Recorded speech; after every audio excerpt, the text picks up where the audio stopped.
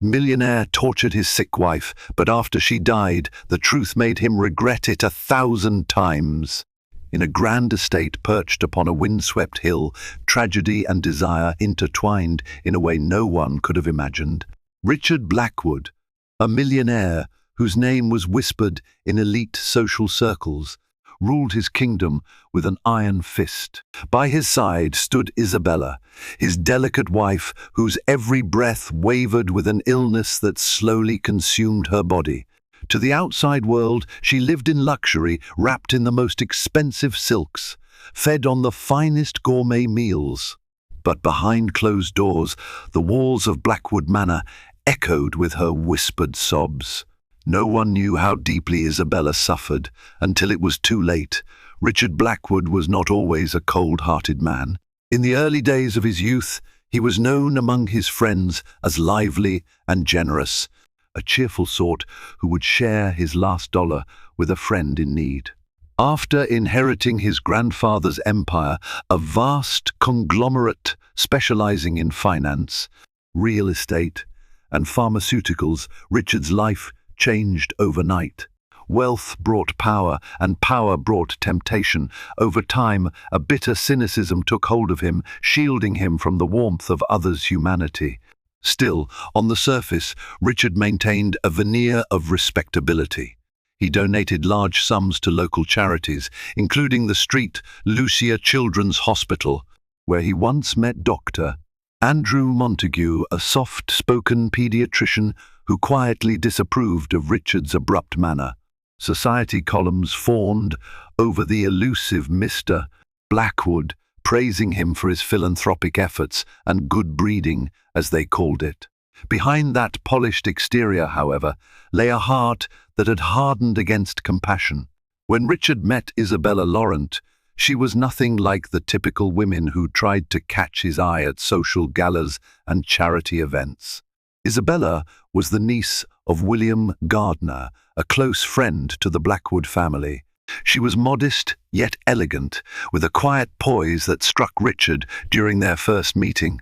At a small dinner party in the Gardner estate, she wore a pastel blue gown that highlighted her delicate features. Her dark hair was pinned back in a simple chignon, and her laughter was light, like the sound of distant chimes. It was said that the moment Richard saw her smile, something in him softened, if only for a fleeting second. That night, Isabella and Richard sat next to each other, discussing literature over a 3-course meal. She recounted her love for classic novels by the fireplace, and he spoke of his ambitions for his newly inherited empire.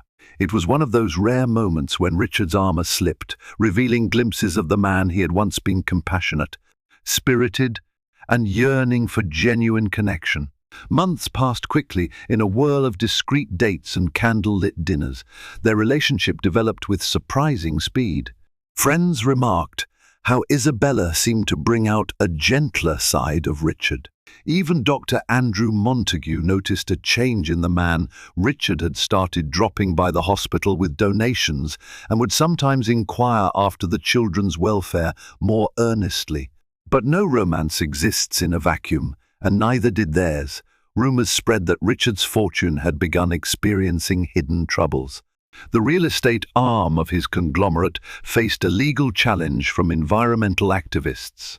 Certain business associates whispered that Richard had grown more controlling and paranoid behind the scenes. He insisted on reading all the financial reports himself, scrutinizing every line as if waiting for a betrayal. Still, Isabella stood by him, unwavering. In private, she would assure him that no matter what happened, she had faith in his capacity to triumph over his struggles.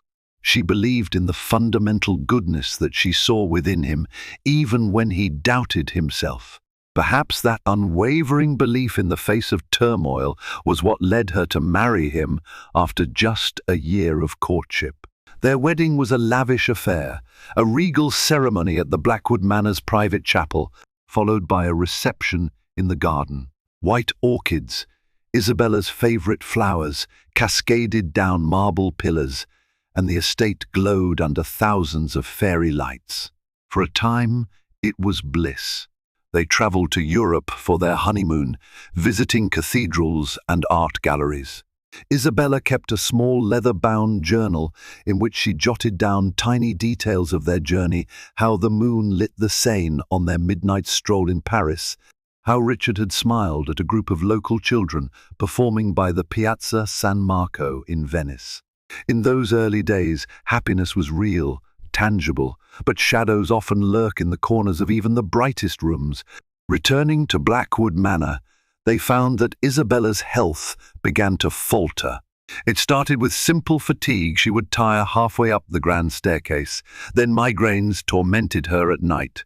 She'd wake up trembling from feverish dreams. As her condition worsened, the doctors were baffled. Test after test came back inconclusive. Dr. Andrew Montague, now a trusted friend, recommended specialists across the country. But nobody could pinpoint the exact nature of her ailment. Richard, initially alarmed, poured money into researching the best medical solutions. He brought in private caregivers. He personally escorted her to the top neurological and immunological experts.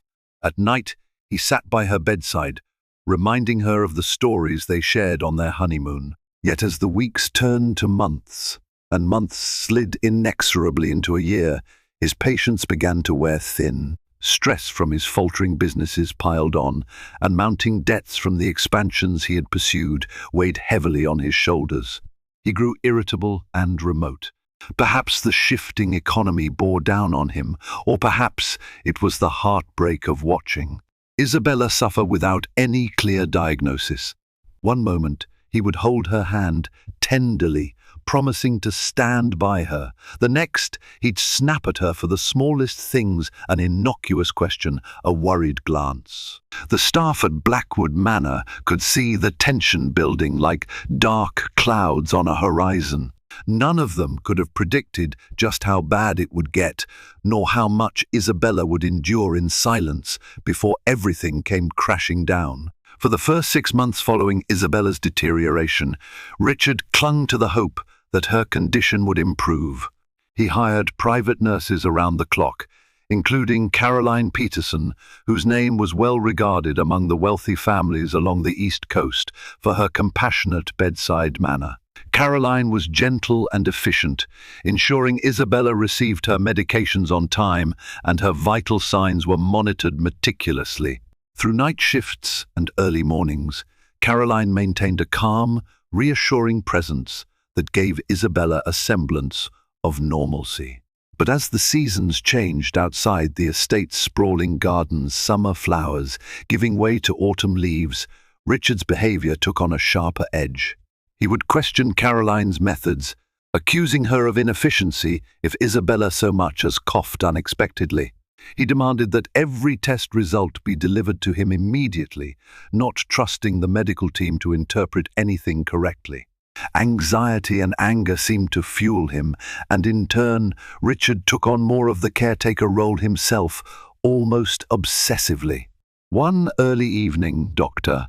Andrew Montague arrived at Blackwood Manor to review Isabella's newest test results. In the past, Richard would greet the doctor in the foyer or invite him into the study for a glass of brandy. This time, Andrew found himself waiting in the parlour for nearly half an hour, listening to muffled arguments from behind a closed door. When Richard finally emerged, his face was flushed, and he spoke in clipped, cold tones. "Dr. Montague," he said, barely looking at him, "Caroline has the file for you. Make sure everything's in order." Andrew tried to inquire about the argument he had overheard, but Richard brushed it off, claiming it was a personal matter. Concern flickered across the doctor's face. He was worried not only about Isabella's failing health, but also about Richard's mental state. After all, Andrew had known him for a decade. He had seen the transformations in the man's demeanor. Once upstairs, Andrew examined Isabella. Her condition had worsened from the last time.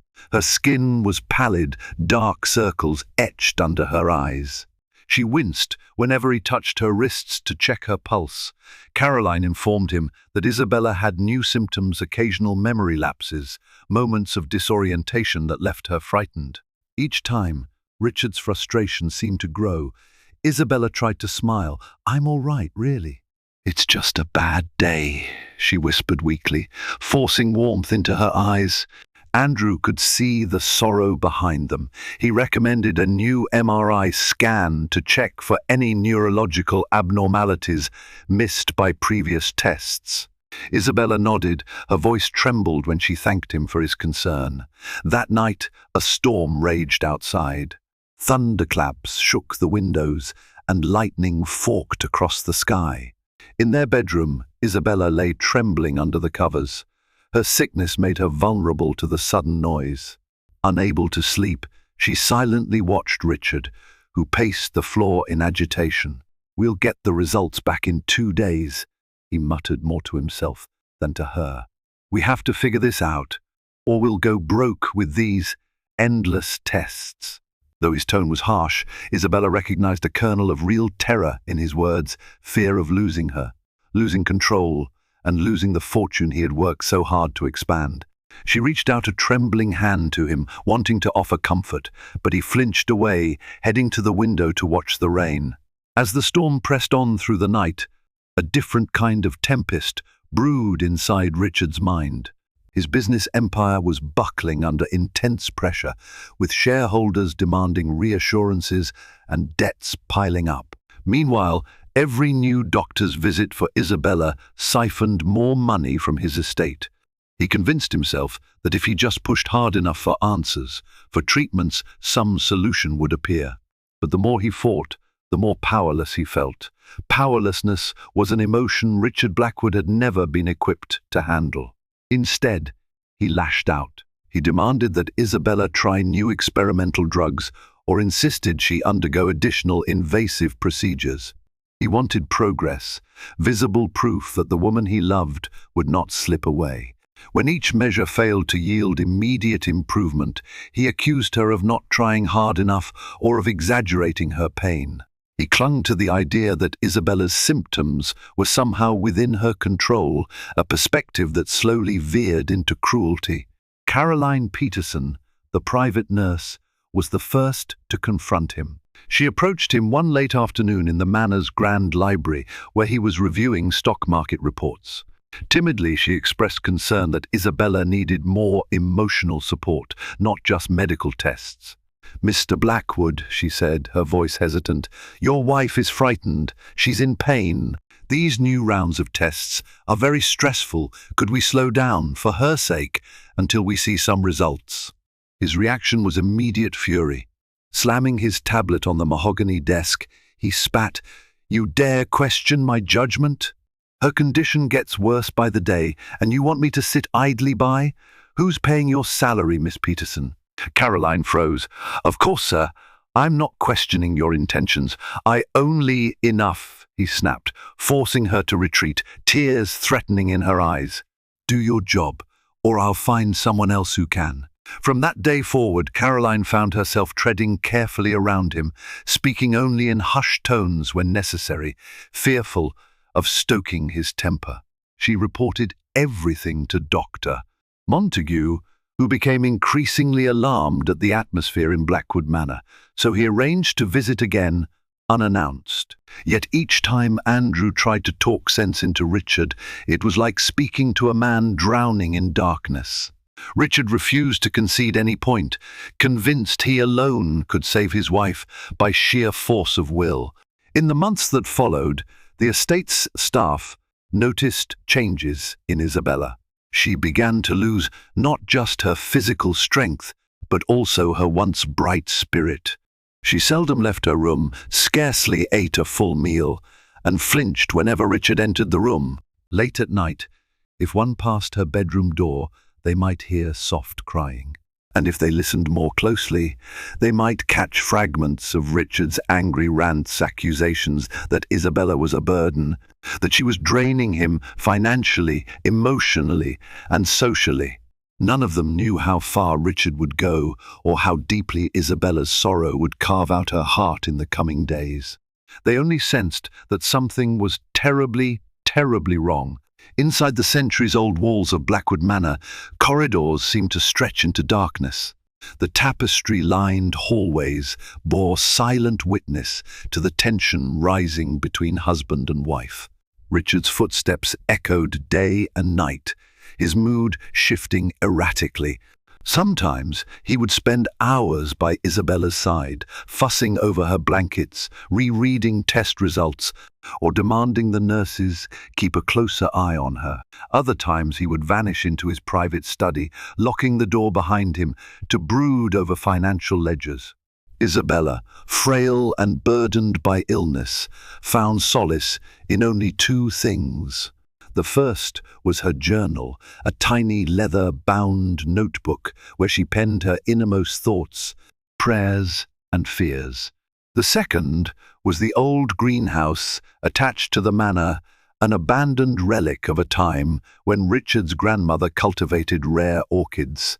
Isabella often asked Caroline or another nurse to escort her there when she could muster the strength, to sit among the neglected plants and just breathe. One morning, as a thin winter sun struggled through the frosted glass of the greenhouse, Isabella's trembling hand clutched her journal. Caroline, discreetly watering a few surviving succulents, noticed how tears slipped down Isabella's cheeks. She approached carefully. "Madam, are you all right? Can I get you anything?" Isabella shook her head, her eyes vacant. "I'm just thinking about what I can't say aloud." "It helps to write." Caroline hesitated, torn between professional boundaries and genuine concern. Finally, she said, "If you ever need to confide in someone, I'm here to listen." Isabella managed a wan smile. "Thank you," she whispered. Unbeknownst to either of them, Richard stood just beyond a row of potted ferns, quietly observing. His eyes narrowed, suspicion flaring. He had become strangely paranoid in recent weeks, convinced that Isabella was hiding secrets from him, secrets about her health, or maybe about her intentions. He reasoned that her family might encourage her to sue him for negligence, or that she planned to leave him. The constant swirl of anxieties in his mind made him see conspiracies in every shadow. He stepped forward, startling them both. "Isabella," he said, voice low, "you're out of bed." She looked up, startled. "I needed some fresh air. Caroline was kind enough to bring me here." Richard surveyed the scene, looking at the journal clasped in her hands. "What are you writing, my dear?" Her grip on the notebook tightened. "Just personal thoughts. Nothing to worry about." Caroline intervened. "Mr. Blackwood, the greenhouse environment seems to help Miss S. Blackwood relax." She seemed better today. His gaze flicked to Caroline, cold and piercing. "Go inside," he ordered. "I wish to speak to my wife alone." Caroline's eyes darted to Isabella, concerned, but she had no choice but to leave. A heavy silence settled over the greenhouse. Richard stepped closer, the crunch of gravel underfoot sounding ominously final. "You know you can talk to me," he began, his tone deceptively gentle. "I've done everything for you, haven't I?" Isabella's eyes welled with tears. She wanted to believe in that gentle note in his voice, that the man she had once fallen in love with was still there. But the memory of his angry outbursts and the sting of his accusations remained fresh. "I do talk to you, Richard," she replied softly, "but sometimes I need to sort out my thoughts first." He slowly extended his hand, palm up. "Let me see what you wrote." Her heart pounded. Inside those pages were confessions of her isolation, her anguish at his cruelty, and her longing for the kindness he once showed. She feared what might happen if he read them. Gathering her courage, she shook her head. "These are my private reflections, Richard." His face hardened, an edge of hostility flaring. "Private? In my house? I pay for everything here, including your medical bills. Do you think you can hide something from me?" Pain lanced through Isabella's chest. She hugged the journal to her chest. "Richard, please, He grabbed her wrist, not forcefully enough to injure, but with a firm, threatening grip. "You're trembling. Are you cold or afraid of me?" She didn't answer. Tears spilled down her cheeks. After a tense moment, he let go of her, turning sharply away. "Go back to bed," he ordered. "The greenhouse is no place for you in your condition." With that, he stomped off, leaving her feeling small and wretched, tears silently marking her sorrow. That night, Isabella tried to talk to him. She wanted to remind him of their love, their promises. She recalled that day at the Gardner estate when they first met. She remembered the joy in his eyes, the day they waltzed in their private suite after their wedding. But every time she tried to bring it up, his phone rang or he dismissed her with a wave of his hand, consumed by business calls. A new rumor had surfaced that Richard's pharmaceutical wing was under federal investigation for malpractices regarding a newly developed cancer drug. The same drug that was, ironically, recommended for Isabella's experimental treatment. He was furious, raving about possible conspiracies. He snapped at her if she mentioned anything about the investigation, telling her it was none of her concern. In the eyes of Blackwood Manor staff, her well-being became overshadowed by his searing obsession with saving his empire. Weeks trickled by, each day longer than the last. Isabella's condition showed no signs of improvement.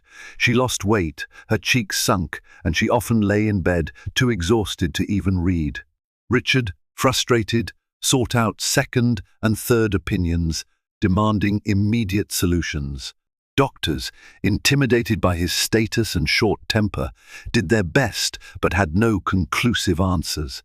One cold January evening, a harrowing incident changed the atmosphere entirely. Isabella woke, gasping for air, her face pale and her breath ragged. A panicked Caroline rushed to administer oxygen. "Doctor!"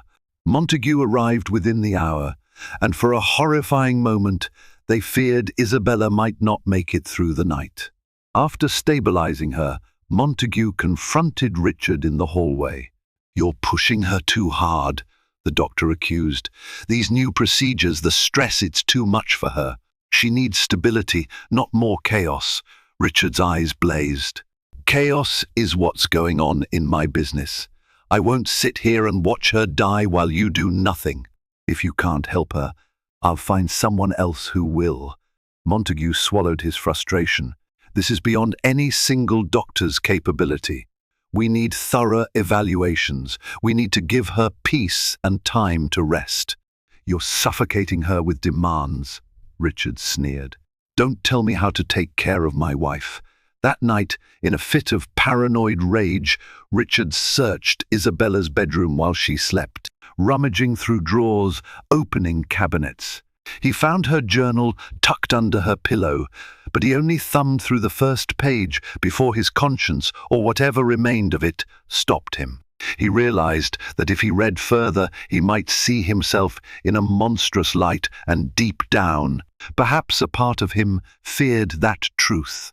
He placed the journal back exactly where he found it, returning to his own room with fists clenched. Sleep eluded him as guilt and anger warred in his mind. Outside, the old oak trees rattled in the winter wind, their branches scraping against the estate walls like ghostly fingers, as though the house itself was warning him of what was to come. Tension in Blackwood Manor reached a breaking point as February's chill set in. Instead of seeking solace in each other, Richard and Isabella existed like strangers. They inhabited the same house, but their conversations were painfully brief, mostly about her treatments or about finances. The gap that once might have been bridged by love was now widened by fear, suspicion, and unresolved pain. Desperate for relief, Isabella requested to see an old friend, Mary Thompson, a woman she had known since childhood.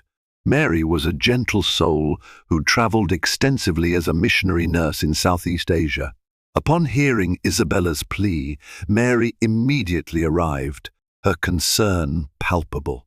She was shocked by Isabella's frail appearance, and the anxiety etched into her face.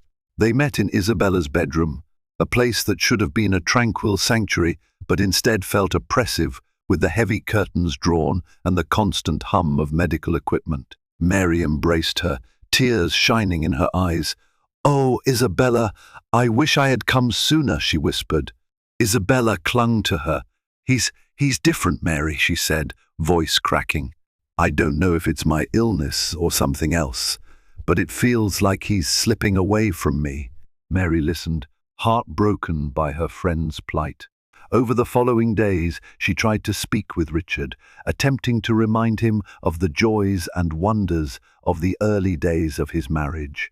But he was guarded, polite, but distant. Whenever Mary tried to approach the subject of his apparent hostility, he changed topics abruptly or claimed pressing business matters. Then, one afternoon, Mary discovered something peculiar while talking to Caroline in the Manor's kitchen. There was a large volume of prescription drugs delivered each week, far more than what Isabella's doctors had officially authorized. When Mary pressed Caroline on this, the nurse explained that Richard insisted on keeping a stocked supply of various experimental medications. He believed in proactive treatment, or so he claimed, but Caroline found the quantity alarming. Worse, Mary noticed that some of the drugs stored in the locked cupboard near Isabella's room had never been used before, and no doctor was prescribing them. It was as if Richard was hoarding medication in the desperate hope of stumbling upon a cure. Or perhaps, she thought grimly, there was another reason entirely. One evening, Mary took a walk down the dim corridor leading to Richard's study. She found the door slightly ajar, and inside, Richard was on the phone, speaking in a hushed, urgent tone. She caught snippets of the conversation, talk of funds being depleted, covering up allegations, and keeping her condition confidential. Mary's stomach churned as she pieced together the implications. It sounded like Richard was juggling not just his wife's illness, but also a scandal that could ruin him. Was he seeing Isabella more as a liability than a beloved partner? As Mary prepared to leave the manor that night, she paused at Isabella's door. She heard whimpering inside. Carefully she stepped in and found Isabella curled on the bed, her journal clutched to her chest. Tear tracks glistened on her cheeks. "Bella?" Mary whispered, using Isabella's nickname from their youth. "I've written down everything," Isabella murmured, her voice hollow. "I wrote about his anger, the money trouble, and how I feel trapped. I'm afraid he's going to hate me more if he sees this, but I also feel like I need it, so that I remember who I am." Mary's heart broke. "You won't be trapped forever," she consoled. "I promise. We'll figure something out. Is there anywhere else you can go? Another family member?" Isabella shook her head. "No, I can't leave. I can't. My body is too weak. And a part of me still hopes that the man I love is still in there." Mary stayed the night, sleeping on a chaise beside Isabella's bed. She held her friend's hand as the hours ticked by in oppressive silence. In the middle of the night, Isabella jerked awake from a nightmare, her hair drenched in sweat. She gasped, shaking. "He was screaming at me," she sobbed, "telling me I was worthless." Mary wrapped her arms around her until she calmed. When morning came, Mary was resolved to approach Richard directly. She found him in the dining hall reading the newspapers. "Good morning," she said, mustering courage. He glanced up, eyes cold. "Mary, leaving today?" She inhaled. "I want to talk to you about Isabella." Richard folded the newspaper, setting it aside. "I'm listening. She's afraid of you," Mary began, cutting straight to the point. "Something is deeply wrong here, Richard. I don't know if it's your financial troubles or stress over her condition, but you're hurting her more than helping." His jaw tightened. "I suggest you mind your own business.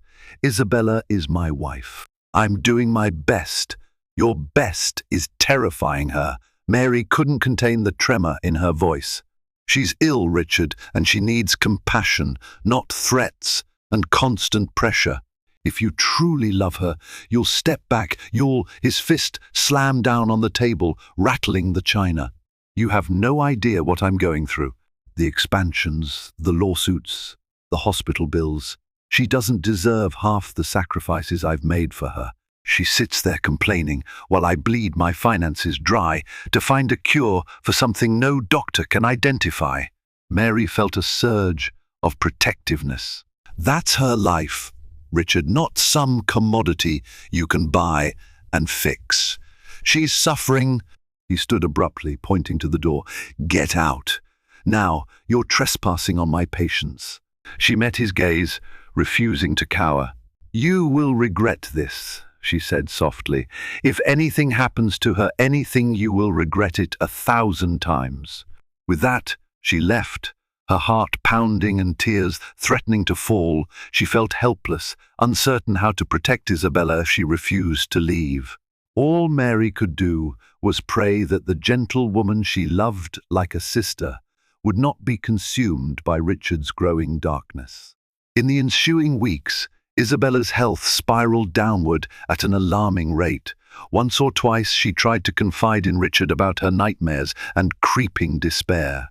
Every time, he brushed her off, claiming that her negativity was fueling her illness. Worse, he began isolating her from outside contact. Calls from Mary and Dr. Montague were monitored, and staff were forbidden from discussing Isabella's condition with anyone outside the manor. Even Caroline Peterson found her movements restricted. She could only tend to Isabella under Richard's watchful eye.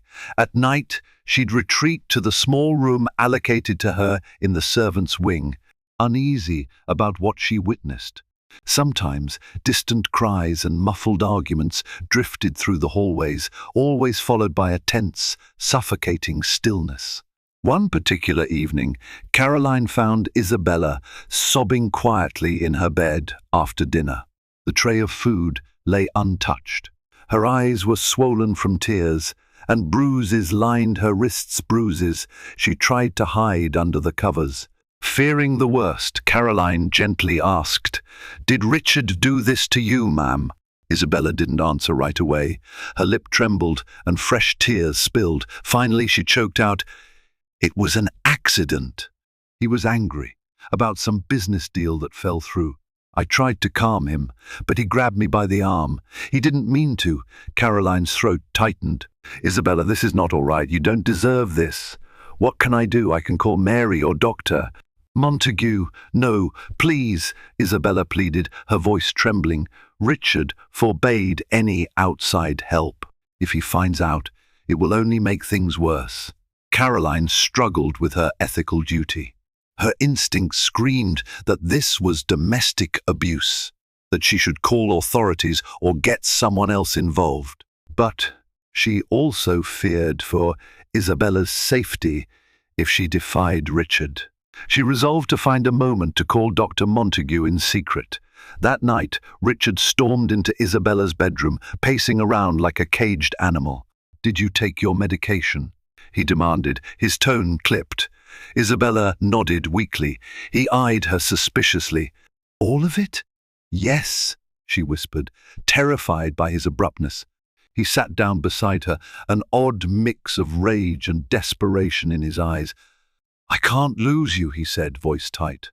"Do you understand? I've poured everything into finding a cure, my resources, my energy. If you don't survive..." He trailed off, a haunted look passing over his features. She stared at him, wanting to reach out, to remind him of the vows they had taken. But there was a distance between them now that felt insurmountable. She realized with painful clarity that she no longer recognized the man before her. "Richard," she began softly, "I don't need expensive treatments or the best doctors in the world. I just need you to be there for me. I need your kindness, your love." He scoffed, rising to his feet. "I'm doing what I must. Love? Love won't pay for the hospital bills when you go back for another experimental therapy. Love won't keep my shareholders at bay. If I fail, it's the end of everything our family built." Her gaze dropped to her hands. Sometimes it's not about building more, but preserving what truly matters. Angered by her words, he kicked the nightstand, nearly toppling a vase. Isabella jumped, startled by his violence. Richard left the room without another word, slamming the door behind him. Days later, Dr. Montague tried to visit unannounced. Richard refused him entry, threatening legal action if the doctor didn't leave. Stunned and worried, Montague managed to slip Caroline his phone number, urging her to call whenever she could. As winter melted into the early hints of spring, Isabella's condition grew dire. She experienced frequent fainting spells and had difficulty breathing. One night, after collapsing in the hallway, she lay unconscious for almost 3 minutes before Caroline could revive her. Richard, unhinged by fear, began blaming her for refusing to fight. "She's given up," he ranted to Caroline in the library. "She's not even trying anymore. All she does is complain and mope around." "I won't tolerate it." Caroline was aghast. "Sir, she's dying. She's not choosing this. It's—" "Shut up," he roared, slamming a book onto the table. "Do not speak to me about choice. I've sacrificed enough. If she won't fight, I'll make her fight. If the only way to get her back is to force her, I will." In that moment, Caroline felt truly frightened for Isabella. She locked herself in her quarters, managing to send a brief message to Dr. Montague. "She's in danger. He's losing control. Please help." She waited for a reply, uncertain if it would come in time. The next day proved tragic.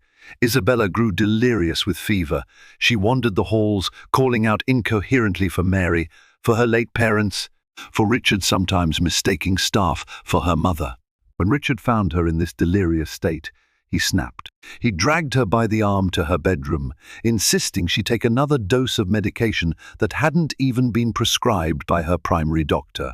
Isabella resisted, half screaming, half pleading for him to stop. Their argument escalated in the worst way. In the heat of his rage, he shoved her onto the bed. Her head struck the headboard, and she crumpled, eyes rolling back. For an agonizing moment, Richard froze in horror at what he'd done. Caroline rushed in, blood draining from her face as she called for an ambulance. Isabella was rushed to the hospital in critical condition. Doctor Montague met them there, his expression grim as paramedics wheeled her into the emergency ward. Richard paced the waiting area, shock etched into his features. Hours later, the doctors emerged, telling him that Isabella was in a coma. Her weakened body had finally given out, and there was significant swelling in her brain. Richard felt something shatter inside him as he sank into a chair. He was left with one haunting thought: this can't be happening. But deep down, he knew he had crossed a line that day, perhaps one that could never be uncrossed. Isabella lingered in the coma for 2 agonizing weeks. Each day, the doctors updated Richard with the same bleak news. Her vitals were unstable, her brain activity minimal, and her prognosis uncertain. Guilt gnawed at him, steadily eroding the armor of denial he had built around himself. He practically lived in the hospital, pacing the corridors, ignoring the stares of nurses who had heard rumors of what happened. He spent nights slumped in a chair beside Isabella's bed, resting his head on the sterile sheets. Sometimes, in a moment of restless half-sleep, he would dream of their honeymoon in Paris, of Isabella's laughter echoing under the glittering Eiffel Tower. Then he would wake to the beep of life support machines and the haunting sight of his wife, frail and unmoving. Dr. Montague was equally exhausted, though in a different way. Having fought for Isabella's well-being for months, he was now bearing witness to her final, precarious state. He confronted Richard whenever he could, but the millionaire often brushed him aside, lost in self-recrimination. "You should have listened to us," Andrew finally said one morning, cornering Richard in the hallway. "She needed care, not constant stress. She needed you to be a husband, not a warden." Richard clenched his jaw, staring at the floor. "I know. I can't undo what's been done." During Isabella's second week in the coma, something unexpected happened. A nurse, while changing the linens in her hospital room, discovered Isabella's small, leather-bound journal hidden in the folds of her blanket. She handed it to Dr. Montague. He recognized it immediately from Isabella's old habit of journaling. Unsure what to do, he decided to read it, hoping it might offer clues about her condition, or perhaps a final testament of her wishes. Montague carefully flipped through the pages. His eyes flicked over Isabella's neat, looping script. She wrote about her pain, her loneliness, her confusion over Richard's behavior, and her desperate hope that he would return to her as the loving man she married. She described the times he lost his temper, how frightened she felt, how she rationalized his bursts of anger as the product of stress. But each page became more heartbreaking than the last. Deeper in the journal, there was a startling passage. It revealed that Isabella had been secretly meeting with a personal attorney, Marcus Bellows, to draw up a philanthropic trust. The trust's purpose? To channel a portion of her inheritance, which she had received from her late aunt, into medical research for rare diseases. She wrote that she never told Richard about the trust, fearing that his deteriorating empathy and obsession with financial control would lead him to shut it down. She wanted to make a difference, to give purpose to her suffering by helping others. She also mentioned she suspected her own illness might be among those rare diseases that the research could someday address. The shock that truly rattled Dr. Montague was her repeated worry that Richard would misunderstand her secret philanthropy as a betrayal.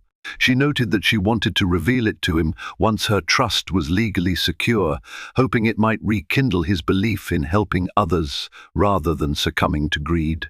Toward the end, she wrote in shaky handwriting, "If I die before I can tell him the truth, I pray he finds forgiveness and learns that love cannot be bought or forced, it can only be given, freely and wholeheartedly." With shaking hands, Dr. Montague shared the journal entries with Mary Thompson, who had rushed back to town when she heard about Isabella's coma. Together, they debated whether Richard should see it.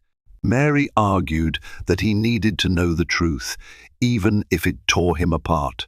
Dr. Montague agreed. Later that day, they found Richard in the hospital cafeteria, staring blankly at a cup of untouched coffee. His eyes were hollow, rimmed with dark circles. Dr. Montague slid the journal across the table. "Read it," Mary said, her voice tight with emotion. Richard looked confused, picking up the worn notebook.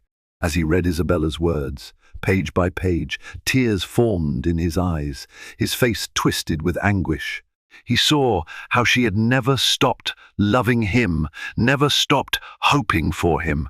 She had hidden her philanthropic efforts, not out of deceit, but out of a deep fear that his controlling nature would sabotage her dream. She had, in essence, tried to protect him from himself, hoping one day he'd see the light in her act of generosity. When he finished reading, Richard's eyes brimmed with tears that finally spilled onto the pages. He clutched the journal to his chest, gasping for breath as though he'd been punched in the gut. All his anger, paranoia, and cruelty, the reckless drive that led him to harm the one person he claimed to love, came crashing down in that single moment of realization. Mary's voice cut through the silence. "She was trying to help you, Richard. She believed in you, even when you gave her every reason not to." His voice cracked. I never knew. I thought she was plotting against me, draining my finances. But she was only. She wanted to help people. And He couldn't finish his sentence. Sobs choking him. For Mary, it was painfully bittersweet to see him finally stripped of his anger, replaced now with regret that would likely haunt him forever.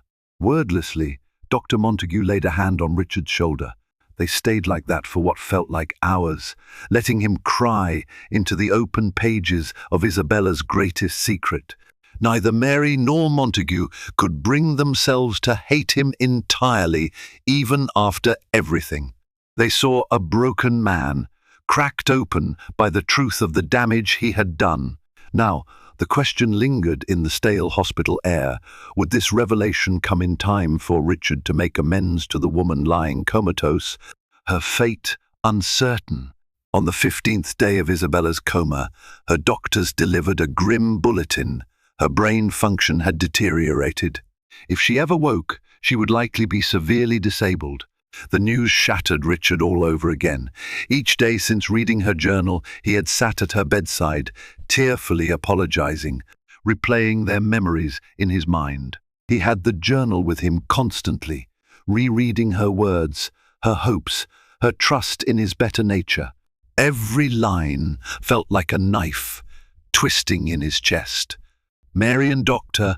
Montague visited often, offering emotional support.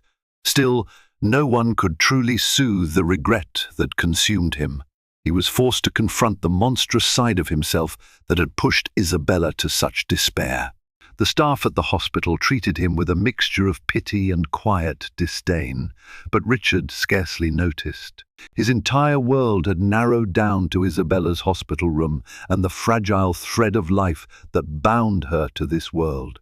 One drab afternoon, while a light rain pattered against the hospital windows, Richard found Isabella's hand stirring faintly. He jumped from his chair, heart pounding, her eyelids fluttered. "Isabella?" He breathed, pressing his lips to her knuckles. She opened her eyes, though they remained cloudy and distant. Her chest rose in shallow breaths, and her gaze flicked around the room, uncertain. She looked at Richard with a flicker of recognition, then a tear slid down her cheek. Richard pressed the call button, frantic, summoning nurses. Dr. Montague arrived swiftly. With gentle instructions, he tested her reflexes and tried to gauge her awareness. Isabella could barely speak, a rasp escaping her throat. They managed to understand a few words, Richard. The first, "Sorry." Her apology broke him. "No," he choked out, tears streaming. "You have nothing to be sorry for. I'm the one." His voice trembled, and he gripped her hand, as if letting go would mean losing her forever.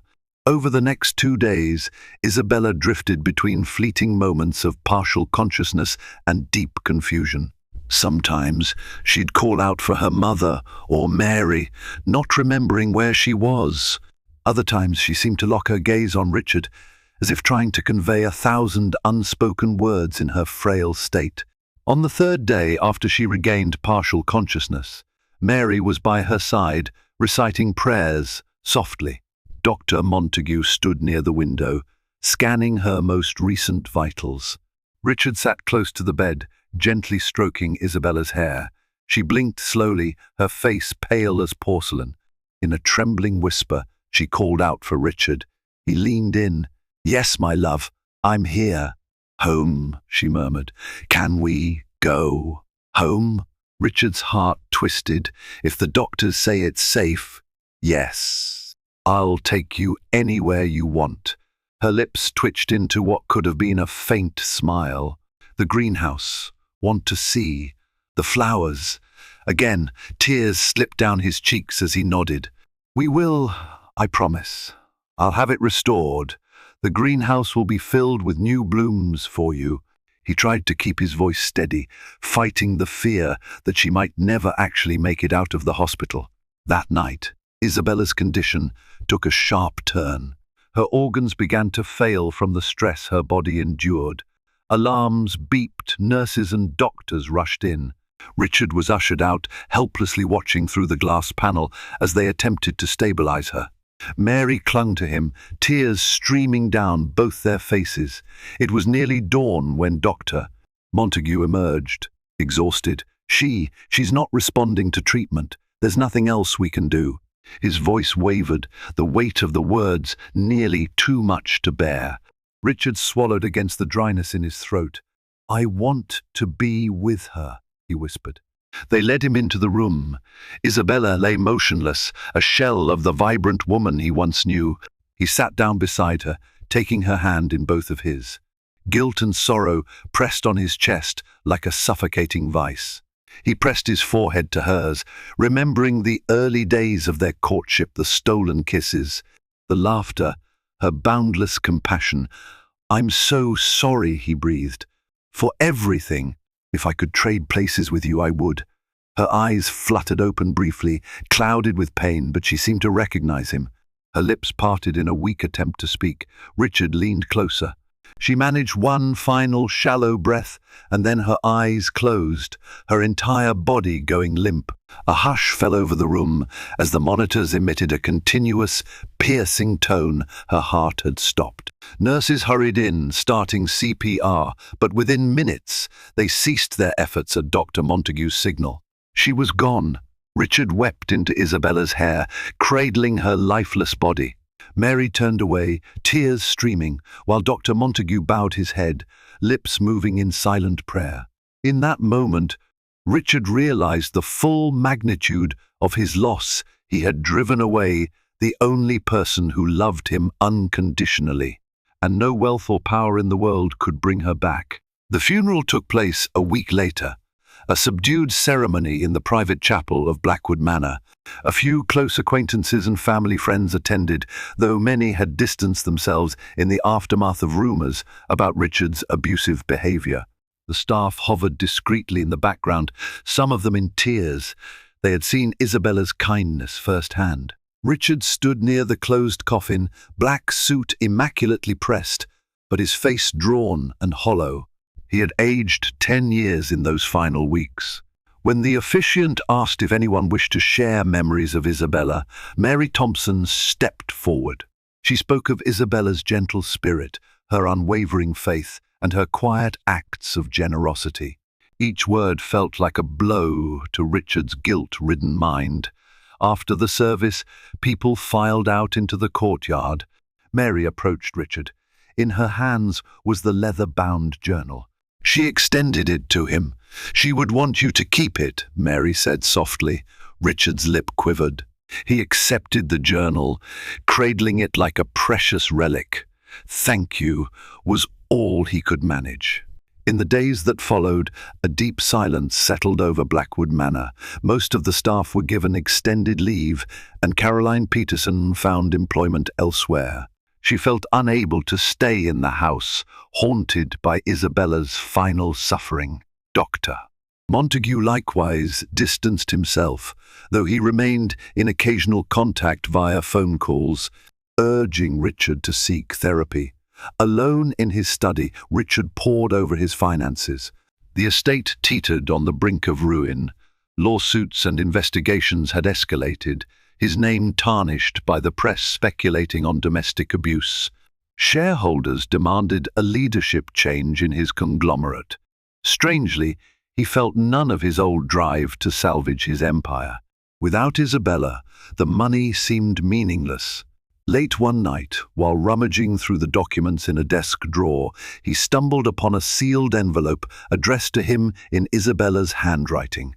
His heart pounded as he carefully opened it. Inside was a letter, dated just a month before her coma. "Dearest Richard, I know we've been struggling, and I see the weight you carry. Despite the pain, I still believe in the man I love. The one who'd walk through fire for me if he could. I know you've lost faith in yourself, but I haven't. I'm writing to you because there's a trust I've set up for rare disease research. It's my way of making sense of my illness, to ensure no one else suffers without answers. I feared telling you, worried you'd be angry, but I hope you can find it in your heart to support this mission, even if it seems foolish to you right now. One day, this research might save someone else, maybe even me, if it happens in time. If you're reading this, I suppose my fears were valid, and circumstances have turned dark. But remember, Richard, that love is not about ownership or control. It's about giving without demands, trusting without fear. If you can learn this lesson, our hardships won't have been in vain. I love you, and always will. Your Isabella tears blurred his vision. She had known he might become enraged, yet she still wrote this letter in hope. A new wave of regret and longing crashed over him. He realized that the only way he might ever find a sliver of peace was to fulfill her final wish. And so Richard Blackwood did the one thing that might redeem his tortured conscience. he called Marcus Bellows Isabella's attorney. He pledged his cooperation in fully funding the philanthropic trust. Despite the precarious state of his finances, he sold his shares in multiple ventures, liquidated assets, anything to ensure that Isabella's trust would be established exactly as she intended. Word spread quietly of Richard's transformation. Some called it a cynical ploy to rebuild his public image. But those who knew him closely, like Dr. Montague, recognized genuine remorse. Richard also sought therapy, confronting his guilt, his anger, and the toxic ambition that drove him to madness. Therapy was not a quick fix, nor did it erase what he had done, but it began a process of self-reflection and accountability. Months later, the trust launched officially under Isabella's name, the Isabella Blackwood Foundation for Rare Disease Research. A modest ceremony took place in the greenhouse at Blackwood Manor, now fully restored and bursting with exotic flowers. Mary was invited and accepted. Dr. Montague was there too, as well as a handful of scientists and physicians dedicated to the foundation's cause. Richard stood at the podium, addressing the small group. His voice trembled. "This greenhouse was Isabella's refuge," he said. "She always found hope in growth, in nature's resilience. I destroyed much of that hope in her, and for that I will always be sorry. But in her name, I want to nurture new life for others who suffer as she did." It was a sobering speech, devoid of the arrogance that once defined him. When he finished, there was a brief applause. Tears glistened in Mary's eyes. Dr. Montague inclined his head in quiet approval. That evening, after everyone left, Richard lingered in the greenhouse. He placed a single white orchid, Isabella's favorite, in a pot near the walkway. The overhead lights bathed the blooms in a gentle glow, reflecting off the glass walls. He stood there in silent reflection, the journal tucked under his arm, letting the night air fill his lungs. Finally, he spoke to the empty space, his voice hushed but determined. "I can't change the past," he said, tears forming. "But I promise you, Isabella, I'll do better. I'm sorry it took losing you to see the truth." He closed his eyes, breathing in the scent of orchids, hoping that somewhere, in some intangible realm, she might hear him.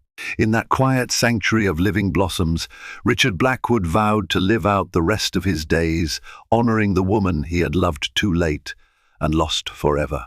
Richard Blackwood's tragic journey reminds us all that love can be a fragile, precious thing nurtured by care, yet destroyed by neglect and cruelty. In the end, no amount of wealth or power could undo the wrongs he inflicted upon Isabella. But with Isabella's guiding spirit, he found a glimmer of redemption by dedicating his resources to helping others in her memory. If this story moved you, please consider sharing it with friends and family. Let the tale of Richard and Isabella's heartbreak serve as a reminder that love demands compassion and honesty, not control. Like this video if you believe in second chances, share it to spread the cautionary wisdom of their story, and subscribe to our channel for more dramatic, thought-provoking tales. By engaging with this story, we keep Isabella's legacy of hope alive and remind ourselves to cherish the love we have before it's too late.